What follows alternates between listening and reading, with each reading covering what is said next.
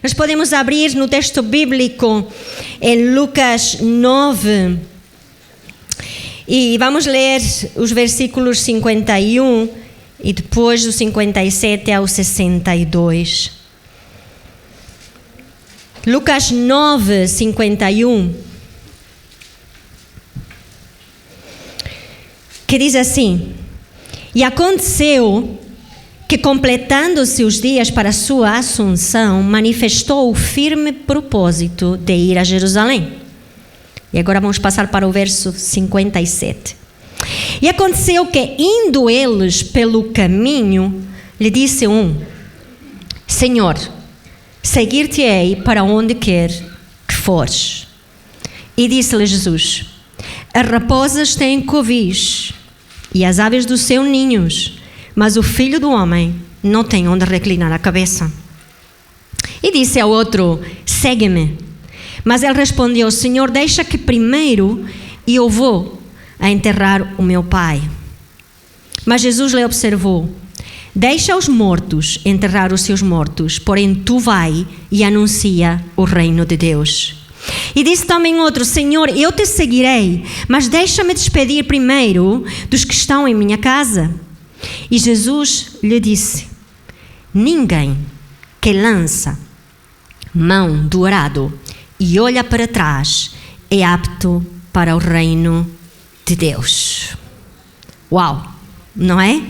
Como sempre, o nosso Jesus, um Jesus claro, um Jesus que não é um Jesus de áreas cinzentas, mas é um Jesus radical. E quando eu digo radical, não falo de fanatismo. Falo de uma pessoa assertiva, uma pessoa determinada, uma pessoa intencional. Então, quando nós estamos a desenvolver o tema este ano de sermos semelhantes a Jesus, é o tema deste ano. Quando nós falamos de sermos semelhantes a Jesus, estamos a falar de sermos os seus discípulos. Estão de acordo comigo? Ser semelhante a Jesus é ser o seu discípulo, a sua discípula. Um discípulo é alguém que procura ser semelhante ao seu mestre. Okay? E esta ilustração de discípulo, de seguir, é muito clara, irmãos, na cultura judaica. E quando Jesus vai usar a palavra discípulo na grande comissão, em Mateus 28, que diz: Ide e fazei discípulos de todas as nações, ensinando-los, não é? Aquilo que eu vos ensinei a vocês, e batizando-os em nome do Pai, do Filho e do Espírito Santo. Jesus vai usar a palavra discípulo não por uma casualidade. Jesus vai usar de maneira intencional e vai revelar a natureza do nosso trabalho e a finalidade da nossa vida aqui na terra para todos aqueles que reconhecem a Jesus como Salvador e aguardam uma vida eterna com Ele. Amém, irmãos? Então, nós também encontramos este conceito no apóstolo Paulo, quando ele disse: sede imitadores de mim. Podes passar para o seguinte: sede imitadores de mim, como também eu sou de Cristo. Nós já ouvimos este versículo, não sei se foi o domingo passado ou o anterior. Mas Paulo estava a dizer: eu vos estou a dizer para ser imitadores de mim, porque eu também estou a ser imitador de Cristo. Paulo sabia a quem seguia. Amém? Quantos nesta manhã sabem aqui em quem tem crido, a quem seguem? Amém? Nós sabemos a quem servimos. E quando eu estava a meditar nisto, tenho certeza que o apóstolo Paulo nunca usou uma t-shirt destas. Não venhas atrás de mim porque estou perdido. Quantos já viram essa t-shirt? Eu já vi algumas vezes, não é? Não me sigas porque eu também estou perdido. O apóstolo Paulo não usava uma t-shirt dessas. E nós, como filhos de Deus, discípulos de Jesus, também não podemos usar uma t-shirt dessas. Eu não estou a falar de maneira literal. Nós temos que saber a quem seguimos. Nós não estamos perdidos, nós não estamos desorientados. Por isso, se nesta manhã tu trouxeste essa t-shirt vestida, em nome de Jesus, tu vais sair por aquela porta, sabendo a quem é que tu queres seguir. Amém? A quem é que tu queres seguir? De quem é que tu queres ser discípulo? E antes de continuar com o texto que lemos ao princípio, eu queria falar um pouco da expressão segue-me, usada por Jesus nesse texto.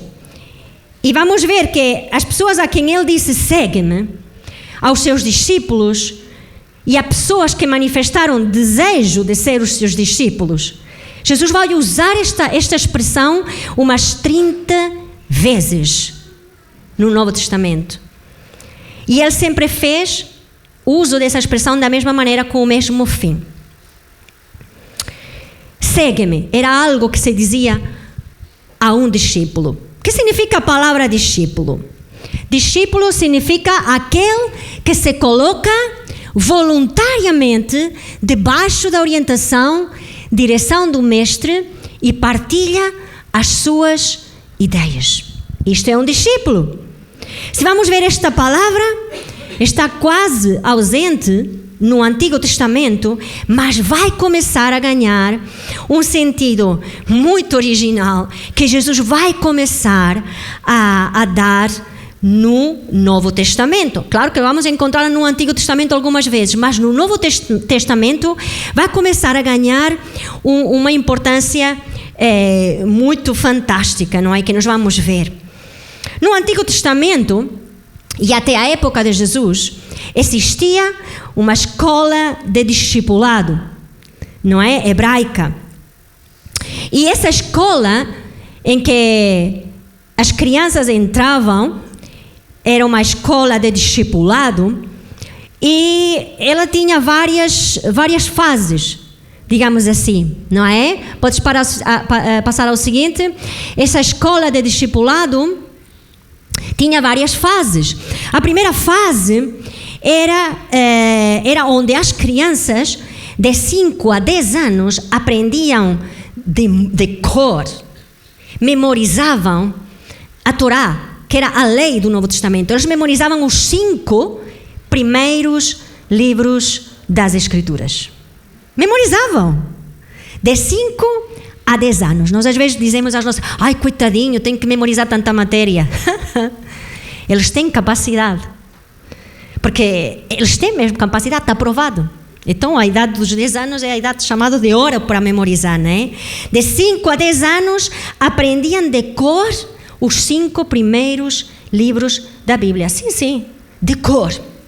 A seguir, o segundo passo era o Bet-Talmud, e era onde as crianças de 11 a 15 anos aprendiam de cor os livros proféticos, históricos e salmos. Aprendiam, memorizavam de cor.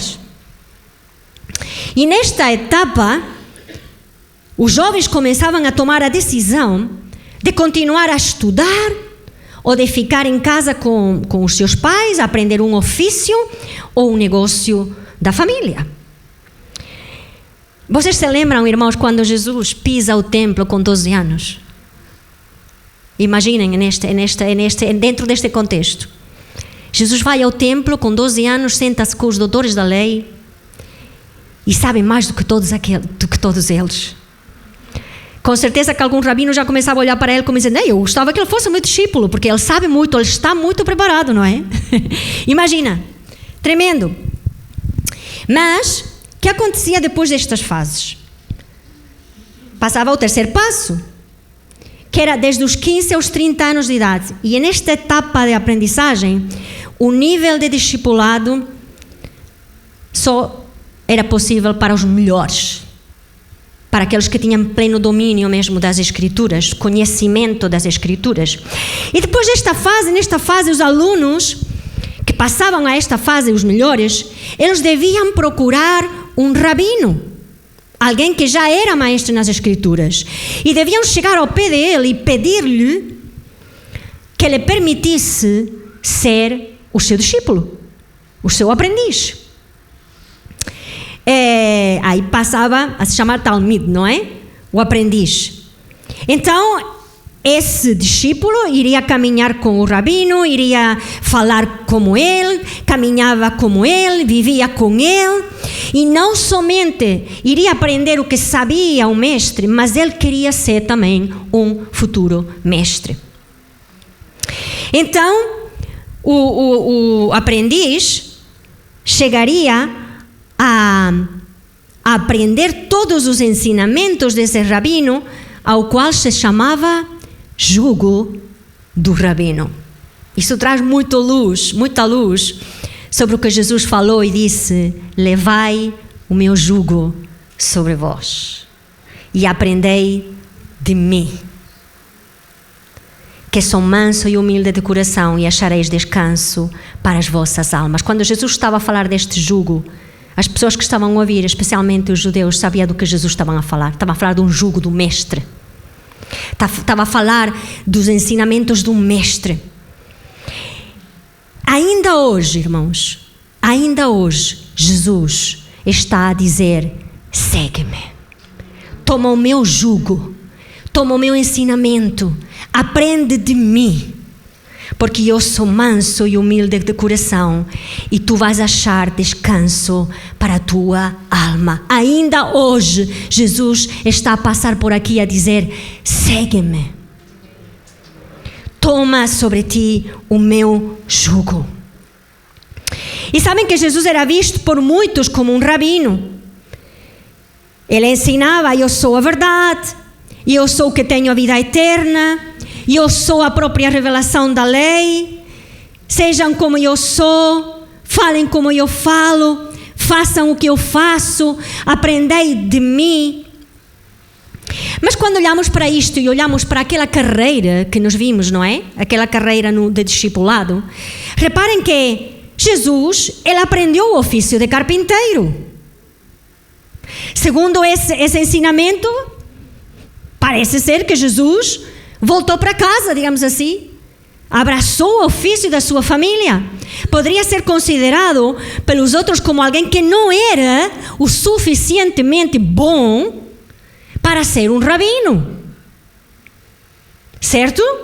Por isso, lembram-se quando os fariseus diziam: mas quem é este Jesus?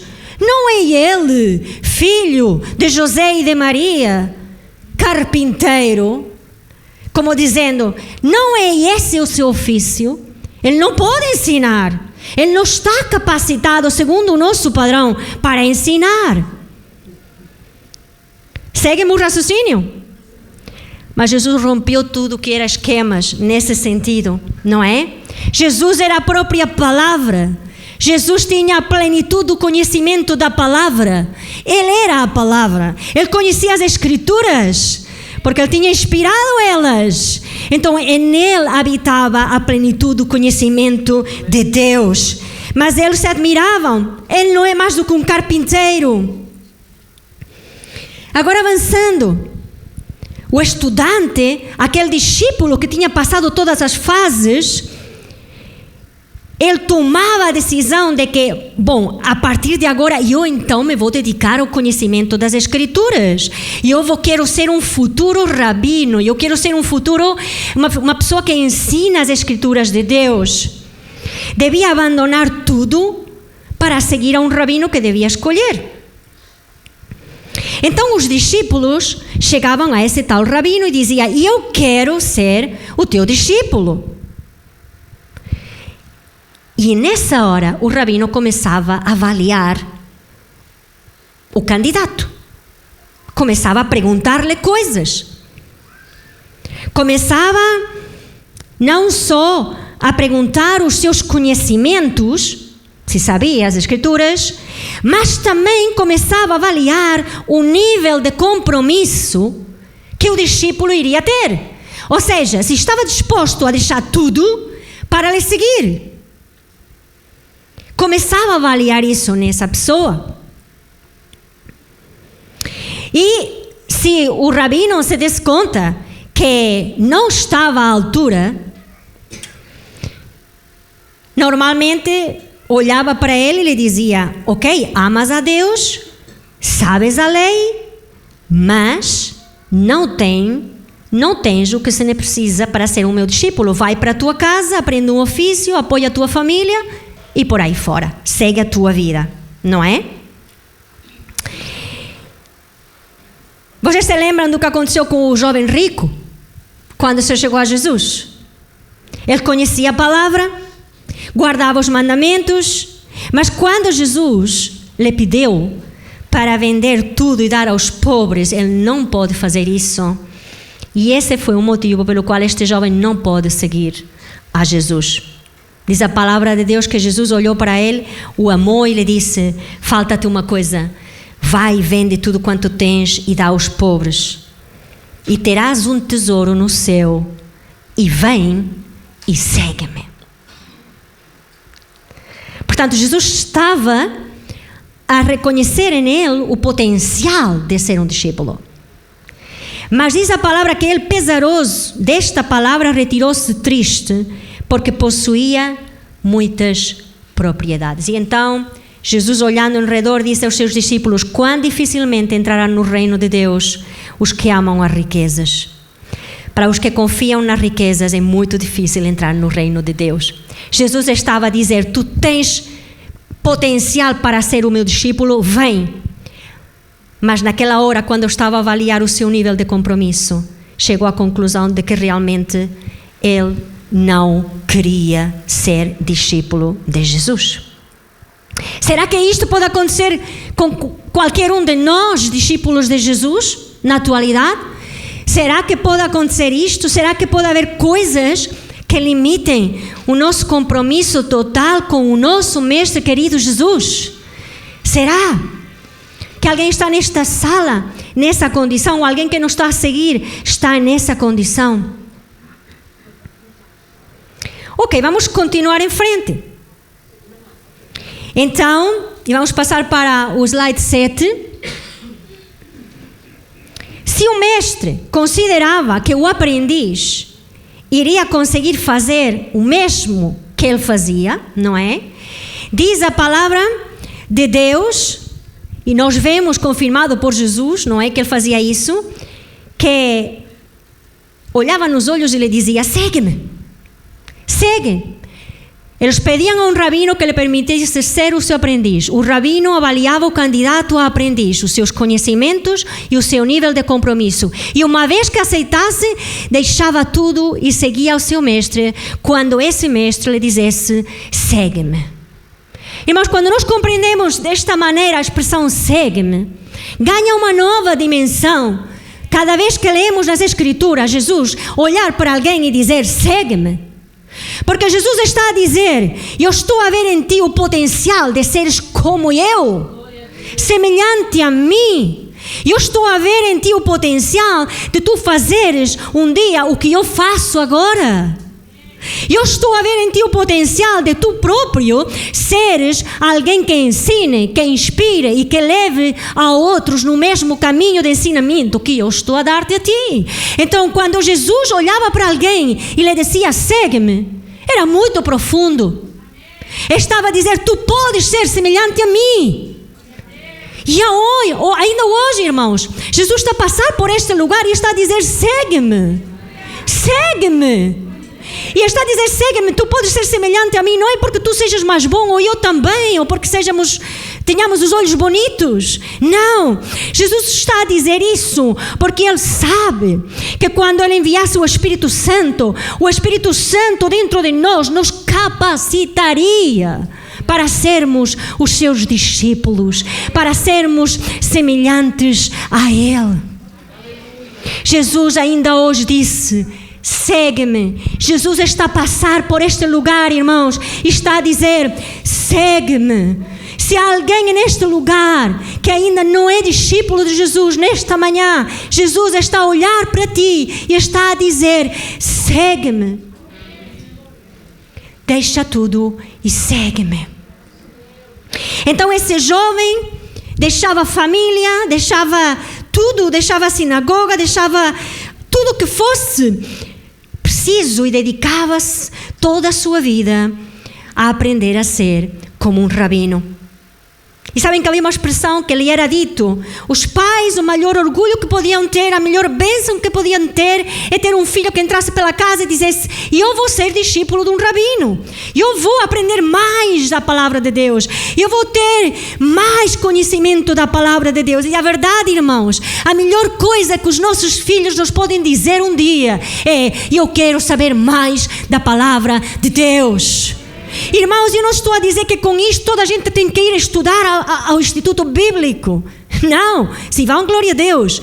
Mas é quando um filho nosso nos diz: eu quero ser semelhante a Jesus. É a melhor coisa que nos podem dizer. Ser semelhante a Jesus. E então os pais olhavam para esse filho e lhe diziam: olha, filho, segue, e que o pó das sandálias do teu rabino se impregne em ti, caia sobre ti, caia sobre as tuas roupas, caia sobre a tua vida, como dizendo, à medida que o rabino andava, o pó que ia levantando, ia caindo em cima do discípulo. Claro, imaginem, não é claro que não era literal, até poderia ser, mas o que queria significar é que tudo aquilo que o rabino tenha para te dar se impregne no teu coração. Nesta manhã, como discípulo de Jesus, como discípulos, como alguém que queremos ser semelhante a Jesus, quantos de nós nesta manhã podemos dizer: Senhor, que tudo aquilo que tu tenhas para me dar, que se impregne no mais íntimo do meu coração, que possa desde a minha cabeça até os meus pés, que eu possa receber tudo aquilo que tu tens para mim, tudo aquilo que eu quero aprender de ti. Jesus é o mestre por excelência. Então o estudante tomava o jugo do seu rabino, fazia o que ele fazia, falava o que ele falava, caminhava como ele caminhava. A sua paixão era ser como o seu rabino.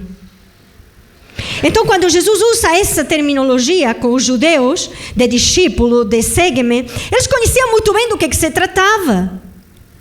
Por isso que ele usou a palavra discípulo na grande comissão.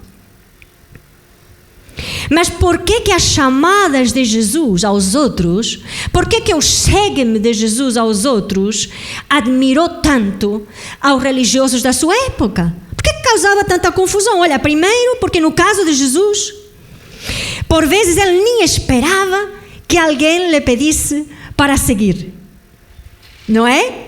Ele desafiava diretamente. Vocês se lembram de Mateus? O publicano estava ali a cobrar impostos, de repente Jesus passa, olha para ele e lhe diz: segue-me.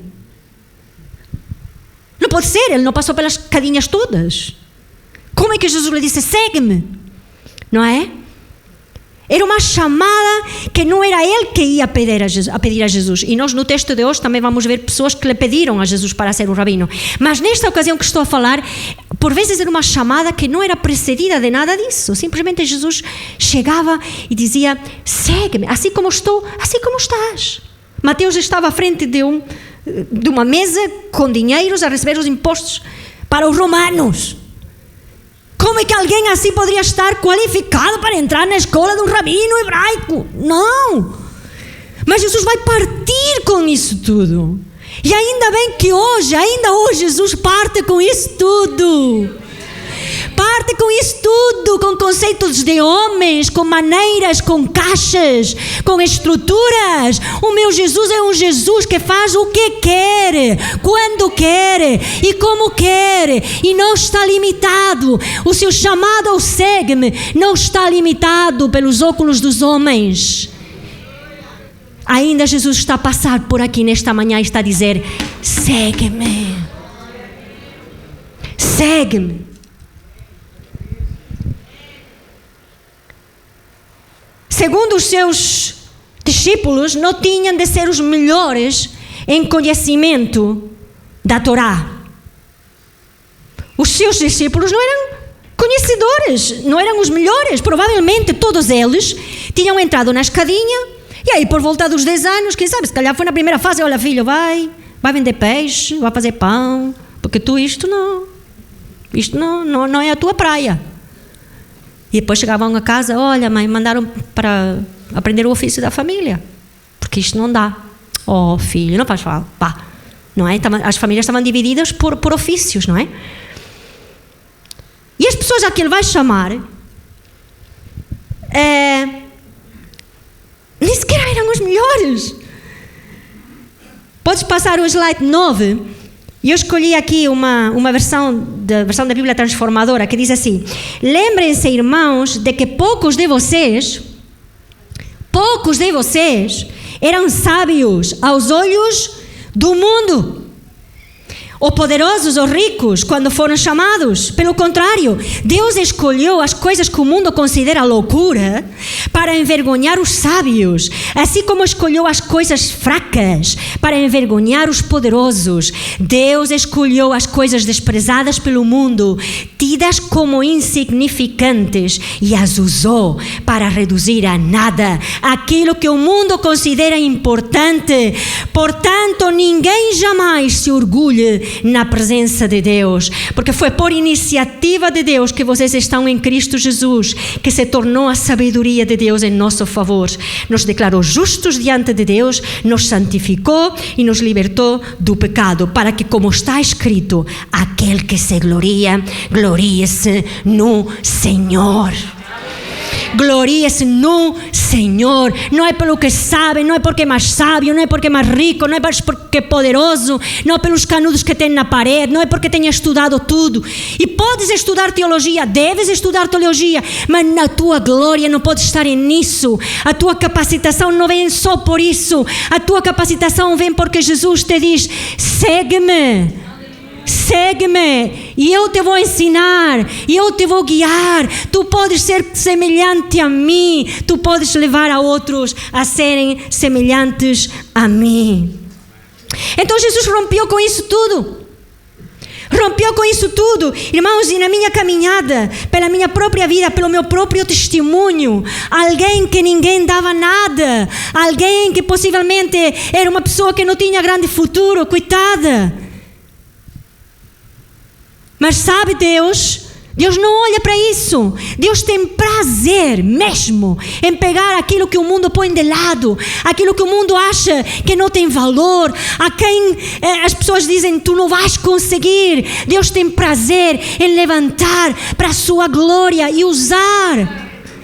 Por isso, nesta manhã, tu entraste naquela porta, podes te achar incapaz, e és incapaz, eu sou incapaz, mas pela graça de Deus, nós podemos ser semelhantes a Jesus. Nós podemos trazer glória ao nome de Jesus, porque Deus tem prazer em fazer isto. E Jesus partiu esse esquema quando Jesus chama pescadores. Irmãos, pescadores devem ter saído logo no primeiro ciclo para casa, para pescar, não é? Eram homens comuns que já tinham ido para casa aprender o ofício, descartados da possibilidade alguma vez de ser um discípulo, um rabino. Não eram idôneos, eram improváveis. Jesus disse a Pedro e aos pescadores que estavam com ele: venham e sigam-me. Venham e sigam-me. E diz a palavra do Senhor, irmãos, e eu quando meditava esta semana nisto, me quebrantava toda, porque Jesus vai aos pescadores e ele diz: olha, largam as redes, que eu vou fazer de vocês pescadores de homens. Sigam-me. E diz a palavra de Deus que eles largaram as redes nesse instante. Deixaram tudo para seguir a Jesus. Acreditaram nessa frase. Então, quando Jesus fazia esta chamada, ele estava a dizer: e eu acredito que tu podes ser como eu. Podes fazer as mesmas coisas que eu faço. Ainda hoje, ele nos disse isso a nós. Jesus, irmãos, mudou o curso da humanidade dizendo essa frase: segue-me. E tu e eu ainda podemos mudar a história da nossa cidade, do nosso bairro, da nossa nação, quando nós obedecemos ao chamado de Deus. O apóstolo Paulo aos Coríntios disse: as coisas que olho não viu e ouvido não ouviu, e não subiram ao coração do homem são as que Deus preparou para os que o amam. Quantos acreditam nisso? São coisas fantásticas que Deus preparou para nós. A palavra de Deus diz que preparou boas obras de antemão para nós fazermos como os seus discípulos. Quantos de nós queremos abraçar essas boas obras? Isso que Deus tem para nós fazermos com os seus discípulos. Então agora, colocado este pano de fundo e voltando para o nosso texto inicial, nós vemos nesta passagem, em Lucas 9, que acabamos de ler há bocado, é uma passagem que se insere numa viagem, no caminho a Jerusalém. São 3 pessoas diferentes neste caminho e que vão interagir com Jesus. Irmão, Jesus vai discernir esses 3 compromissos ou manifestações de compromisso e as respostas muito mais profundamente do que qualquer de nós seríamos capazes de discernir e de enxergar. Jesus vai olhar, discernir o coração deles e Deus vai dar uma resposta a cada um. O pastor Charles Childers, acho que se chama assim, Childers, falando deste texto, disse que ele viu a atitude do coração que os impelia. Ele sabia se os compromissos eram de coração ou não. E ele simplesmente não queria discípulos que tivessem um coração dividido. Sua obra e a sua pessoa são importantes demais para ter discípulos superficiais. E esta frase vinha esta semana sobre a minha vida: coração dividido. Jesus não queria isso. Então nós vamos encontrar 3 pessoas. Podes passar, se faz favor. O primeiro, ele vai professar um extremo desejo de seguir a Jesus. Se vocês vão ao texto, ao princípio que nós vimos, não é? Ele disse: Senhor, seguir-te-ei para onde quer que fores. Era uma vontade, era um desejo, não é tão forte.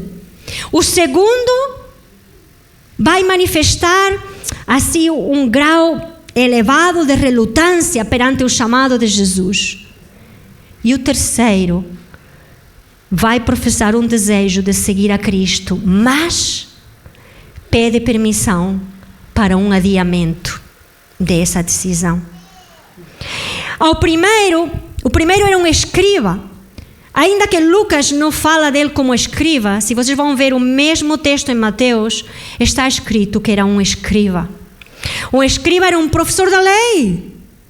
Era alguém que conhecia as escrituras. E ele é que lhe disse a Jesus: eu quero seguir-te.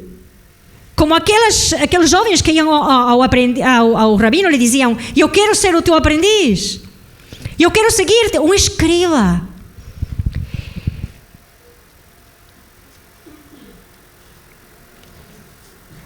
E Jesus viu algo no seu coração que o levou a deixar claro que quem quisesse seguir com a intenção ou com a expectativa de lucros terrenais ficaria desapontado. Porque qual é a resposta que Jesus lhe vai dar? Olha, diz Jesus, as raposas têm covis e as aves dos seus ninhos, mas o filho do homem não tem onde reclinar a cabeça. Estou-te a advertir, estás a dizer que queres me seguir, mas olha, não esperes deste seguir-me a mim riquezas. Sabem que os escribas, eles eram pessoas muito conceituadas na sociedade daquela época. Desde sempre, os escribas eram pessoas que habitavam na corte real, em palácios, junto às pessoas poderosas, junto a pessoas importantes, porque eles eram quem interpretavam as escrituras, quem ensinavam as escrituras. Eles não estavam habituados a viver de qualquer maneira. E Jesus disse: tu és um escriba, estás-me a pedir para seguir, olha que eu não te prometo nenhum palácio, nenhuma casa, nem sequer onde recostares a cabeça. Portanto, quero te dizer já que não há expectativas de lucros materiais, não é? Mas Jesus tinha dito ao jovem rico: mas terás tesouros no céu. E nesta manhã, claro que nós sabemos, irmãos, seguir a Jesus não significa garantia de uma prosperidade material, econômica e até de reconhecimento dos outros que estão à nossa volta. Porque Jesus estava a dizer à escriba: se tu tens isso hoje, tu vais perder isso tudo. Tu vais perder posição social, tu vais perder se calhar uma boa casa, tu não vais ganhar aquilo que ganhavas. Por quê? Porque Jesus muitas vezes apontava aos escribas devido à corrupção que havia. Eles muitas vezes metiam ao bolso dinheiro devido à corrupção que havia de volta disso. E Jesus estava a dizer ao escriba: olha que eu não sou um rabino como os outros, eu sou um rabino diferente, porque o que eu te prometo é riqueza espiritual. E que fique claro que caminhar comigo não significa que tu vais ser próspero materialmente. E sabem, há muito evangelho por aí a prometer isso. Vem a Cristo, segue a Cristo, dá 10, vais receber 1000. Segue a Cristo, nunca mais vais ter problema de dinheiro. É verdade. Mas Jesus é claro aqui a dizer isso ao escriba. Seguir a Jesus, irmãos.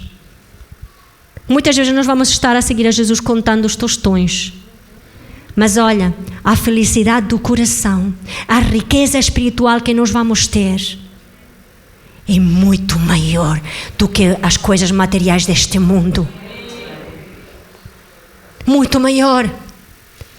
E Jesus teve a necessidade de dizer isto ao escriba. Podes perder a tua posição, a maneira como agora és visto.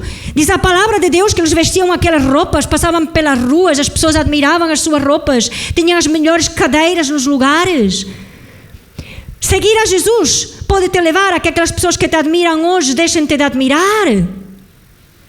Mas vale a pena, porque vale a pena muito mais agradar a Deus do que agradar aos homens. Alguns te podem chamar de louco, alguns te podem baixar do seu estándar de pessoa grata, mas vale a pena seguir a Jesus. Amém? Quantos podem dizer isso nesta manhã? Quantos já não sofreram perseguição por seguir a Jesus? Quantos? Quantos já não foram insultados ou postos de lado por seguir a Jesus? Podes levantar a tua mão. A palavra de Deus nos chama bem-aventurados, felicíssimos, quando fizerem mal de vós mentindo. Aleluia, dizerem mal de vós mentindo. Isto é ser discípulo de Jesus. Olha, irmã, não estás a pintar uma coisa muito bonita, mas é a verdade. Se nós queremos ser semelhantes a Jesus, nós vamos sofrer isso. Mas bendita a loucura, bendito o discipulado, porque caminhamos para a glória. Aleluia! Da mão do mestre dos mestres. Glória a Deus. Pense no custo que vai ter. A gente não diz que o escriba desistiu, cuidado, não é? Não diz. Simplesmente Deus fez, Jesus fez esse reparo, não é? Agora, seguindo para frente, ao segundo homem, não é, que se lhe acercou, foi Jesus o próprio que desafiou. Foi Jesus que lhe disse: segue-me. Estava no caminho e havia outro homem: segue-me. E ele responde: Senhor, deixa que primeiro eu vá, vou enterrar o meu pai. E os irmãos podem pensar: ai, coitado, o pai acabou de morrer e Jesus não lhe deixa ir enterrar o pai. Coitado. Nunca Jesus faria isso. Porque enterrar devidamente um familiar e homenagear e fazer honra a um familiar, quanto mais o pai, era uma coisa correta. O homenzinho, o pai deste senhor, deste jovem, não estava morto à espera que lhe fizessem o velório. Isto era impensável. Não tem a ver com isso. O que ele queria dizer com isso? Não era que tinha acabado de morrer o pai, não é? Mas que ele queria esperar até a morte do pai, que talvez fosse num futuro distante. A gente não sabe, não é? Então, se o pai estivesse morto, é claro que ele estaria em casa, não é? Mas ele talvez queria esperar, recolher a sua herança e então, como lazer, tornar-se um discípulo. Sabem, Muitas vezes os jovens, quando nós estamos a evangelizar, especialmente o pessoal mais jovem, ai não, eu sou muito jovem para isso. Isso é para os velhos. Discípulo de Jesus, isso é para os velhos. Eu ainda tenho que desfrutar muito. Deixa-me desfrutar, deixa-me fazer isto, deixa-me fazer aquilo. E depois quando eu for idoso, quando eu for assim, eu tiver assim uma... então aí eu vou me converter ao cristianismo, eu vou seguir a Jesus e eu vou dar a Jesus os ossos. Porque o mundo já lhes comeu a carne. Mas jovem que estás aqui sentado nesta manhã, segue a Jesus desde a tua mocidade, desde a tua juventude. Dá a Jesus tudo. Não esperes tempo. Quanto antes começares, mais vais aprender, mais vais poder ser semelhante a Jesus e antes poderá levar a outros a ser semelhantes a Jesus. Então Jesus lhe vai informar que o seu chamado atual era mais importante do que qualquer outra coisa, não é? O que lhe disse Jesus? Jesus lhe disse: deixa os mortos enterrar os seus mortos, porém tu vai e anuncia o reino de Deus. Que coisa forte, não é? Deixa os mortos enterrar os mortos. Estava a falar dos mortos espiritualmente, não é? Dos mortos espiritualmente. Estava a falar de que primeiro estava chamada para proclamar o reino de Deus. Então Jesus vai confrontar as desculpas daquele cujo compromisso era superficial.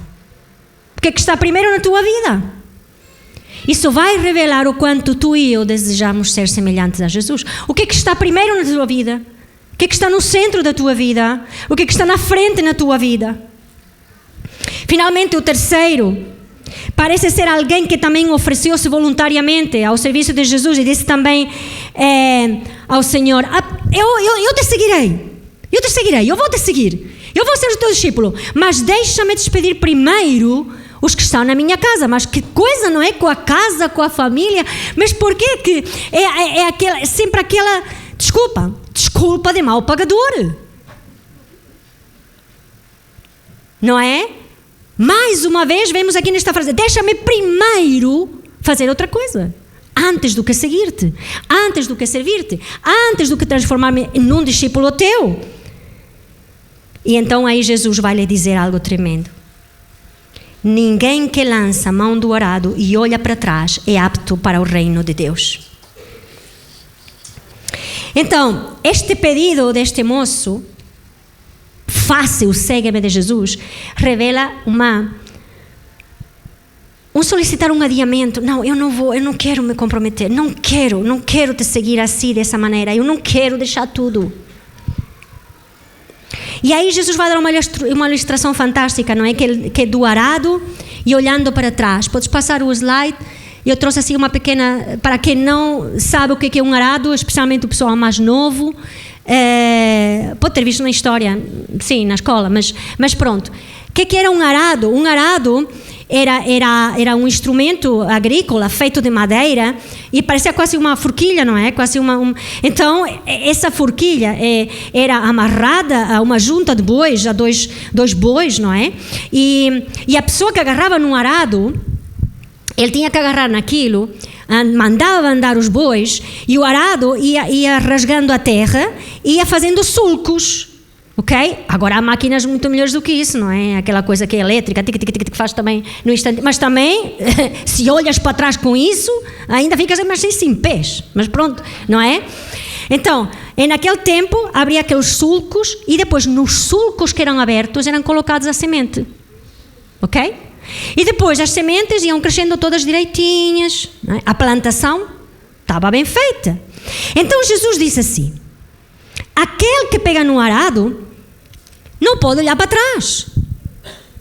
Porque se tu estás a pegar no arado e lhe dizes aos bois: bora lá, vamos lá preparar o campo, vamos lá preparar o solo para colocar a semente, tinha que olhar para a frente. Porque se olhasse para trás, os bois iam por um lado e ele ia por outro. E os sulcos não saíam direitinhos. E estragava tudo o que era a plantação, percebem? A ordem, o estipulado, o como fazer as coisas bem feitas. Então Jesus dá esta instrução porque sabem que toda a gente conhece essa instrução, não é?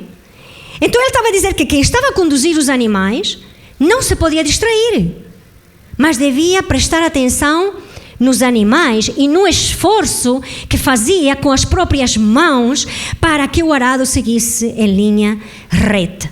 E quando Jesus estava a citar esse exemplo, ele de imediato vai imaginar alguém arando a terra, olhando para trás, mas sem largar o arado. Ou seja, é uma pessoa que quer servir a dois senhores, quer fazer duas coisas. Lembram-se do coração dividido lá atrás? Querem olhar para a frente e querem olhar para trás. Não é? É um coração dividido. Por essa ótica, nós compreendemos que esse conselho, não é, também é direcionado para nós, discípulos de Jesus, para aqueles que já aceitamos o segue-me de Jesus, mas que por vezes nós estamos com a mão no arado e a nossa tendência é olhar para trás. Coisas que nos distraem, coisas que nos tiram o foco. E o que é que vai acontecer no solo? Os bois vão por ali, o sulco está mal feito, tem que se começar de novo para poder colocar de novo a semente como deve ser. Os irmãos seguem o raciocínio. É um raciocínio muito fácil. Jesus utilizava ilustrações muito fáceis, não é? Então isto fala de um coração dividido. O arado olhando para trás. Podes colocar o próximo slide? Eu encontrei este coraçãozinho que achei muita piada. É um coração, não é? Que, como vocês veem, tem uma perna de um lado, outra perna do outro. Aqui diz olhar para trás. Está nesta posição. E quando eu pensava nesta ilustração, pensava no discípulo, alguém que já decidiu seguir a Jesus, mas está dividido. A qualquer hora cai lá, não é? Não se vai aguentar muito, porque o seu coração está dividido. E isto é o que Jesus estava a lhe dizer àquele homem. Tu tens o teu coração dividido entre seguir-me e as coisas que estão para trás. O apóstolo Paulo diz, deixando tudo o que está para trás e olhando para o alvo que me tem sido proposto, deixando as coisas do passado, deixando as coisas que me amarram, deixando as coisas que me impedem, desembaraçando de todo o peso. O apóstolo Paulo falava na corrida a mesma coisa, é o mesmo objetivo. Quando nós respondemos, segue-me a Jesus, nós temos que olhar para a frente, irmãos. Olhar para trás não é a direção em que nós vamos. Não vale a pena olhar para trás. Ai, mas é que se eu tivesse feito assim na minha vida, agora não estaria assado. Ai, mas é que eu no passado, olha, se fosse assado, eu também hoje já estaria de outra maneira. Irmãos, a nossa direção é para a frente, não é para trás. Se temos as mãos no arado, e às vezes, sabem, irmãos, se fala muito desta mensagem para pastores, mas não tem que ser só para pastores. Porque o segue-me de Jesus não tem a ver só com gente que vai dedicar-se completamente à obra. Jesus diz a estes todos, segue-me, e não eram os 12 apóstolos. Porque alguns podem dizer, porque que Jesus disse aquilo só aos 12 apóstolos? Não, Jesus deixa segue-me a muita gente que não foi logo os seus 12 apóstolos. Os irmãos estão comigo? O segue-me de Jesus é geral, é para todos aqui nesta sala. Para nós dedicarmos-nos a ser discípulos de Jesus exclusivamente. Então o arado mantinha a vala sempre em linha contínua a fim de lançar a semente e manter a plantação alinhada. E aqui eu lembrei-me, irmãos, também da parábola do semeador. De como os corações têm que ser trabalhados, o solo, não é? Tem que ser trabalhado. Como a semente cai ali nos corações. Eu não sei qual é o sulco da tua vida que tu estás a arar e que talvez não está a dar certo. Não está a ficar reto. Não estás a conseguir lançar uma semente. Pode ser, olha, pode ser o solo da tua vida pessoal com Deus, pode ser o solo do teu casamento, pode ser o solo dos teus filhos. Há alguma coisa que não está a dar certo. Como é o sulco que estás a fazer? Estás a olhar para trás? Ou estás focado mesmo nos ensinamentos de Jesus de como fazer? Os irmãos estão comigo, estão a perceber? Olha para o teu arado, o arado que está à tua frente agora, irmão. E verás se não estás a olhar para trás em alguma coisa da tua vida. Olhar para trás significava metade da concentração, metade do trabalho feito. Ah, mas eu sou discípulo de Jesus, eu faço alguma coisinha para Jesus. Mas Jesus não quer que tu faças a metade. Jesus quer que tu faças tudo aquilo que Ele tem para ti. Então, a perda da concentração, a perda do foco, te está a levar à metade do trabalho, à metade do resultado. E nesta manhã, Jesus nos está a dizer: coloca a mão do arado, segue-me, e coloca a tua concentração em mim. Irmãos, isto não significa que vamos deixar família, que vamos deixar amigos. Não significa isso. Significa que a prioridade na nossa vida deve ser aprender de Jesus, ter o jugo de Jesus, o jugo do ensinamento de Jesus, o jugo do agir de Jesus, da mente de Cristo, e fazermos não só nós sermos discípulos, mas fazer outros discípulos. Olhar para trás também tem uma referência à esposa de Ló. Os irmãos estão lembrados? Olhar para trás, não é? E reparem que olhar para trás não significa que tu estás a retornar para lá. Cuidado. Não. Mas significa uma relutância em romper com o que está atrás. Eu vou repetir. Olhar para trás não significa que tu estás mesmo a voltar para lá. Significa uma relutância em romper com isso. Os irmãos estão a perceber o que é que eu estou a falar? Então, Jesus nesta manhã continua a dizer: segue-me. Eu vou pedir que nós fechemos os nossos olhos neste tempo.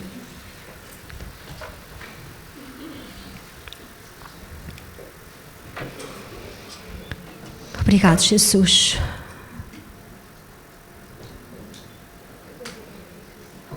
Pai, nesta manhã nós não queremos criar um valo torto ou desviar o nosso trabalho, a nossa caminhada. Não queremos desviar da direção justa. Não queremos ter metade da concentração. Mas queremos fazer tudo aquilo que Tu tens para nós. Jesus, nós queremos dizer sim ao Teu segue-me nesta manhã. Sabemos que não vai ser fácil, porque estreita é a porta e apertado o caminho que leva à vida, e poucos há que o encontrem, mas nós queremos ser os Teus discípulos. Nós queremos, Senhor, tomar o Teu jugo, porque sabemos que é suave, mas também sabemos que vamos achar descanso para a nossa alma. E nesta manhã, Senhor, nós não queremos colocar desculpas. Não queremos Te oferecer só a metade do nosso coração, mas queremos Te dar o nosso coração por completo. Queremos Te dar o nosso coração por completo. Espírito Santo, contende com os corações nesta manhã. Eu queria fazer um chamado nesta manhã. Está aqui alguém que se identificou com alguma destas três personagens, destas três pessoas que abordaram a Jesus e que Jesus abordou também. E eu quero te desafiar a que tu faças um compromisso total com Jesus como o seu discípulo, a sua discípula. Eu te vou desafiar a que tu passes aqui à frente. Se estás na dúvida por aquilo que pensas que vais perder por seguir a Jesus, olha, eu quero te dizer nesta manhã que tu vais ganhar muito mais do que aquilo que vais perder. E vai valer a pena. Vai valer a pena. Se tu queres renovar o teu compromisso nesta manhã como discípulo integral de Jesus, quem sabe se tens estado a adiar essa decisão, adiando uma decisão de um compromisso com Jesus, estás a adiar, passa um dia, passa outro, não te decides. Nesta manhã, Jesus te está a dizer: segue-me. Segue-me.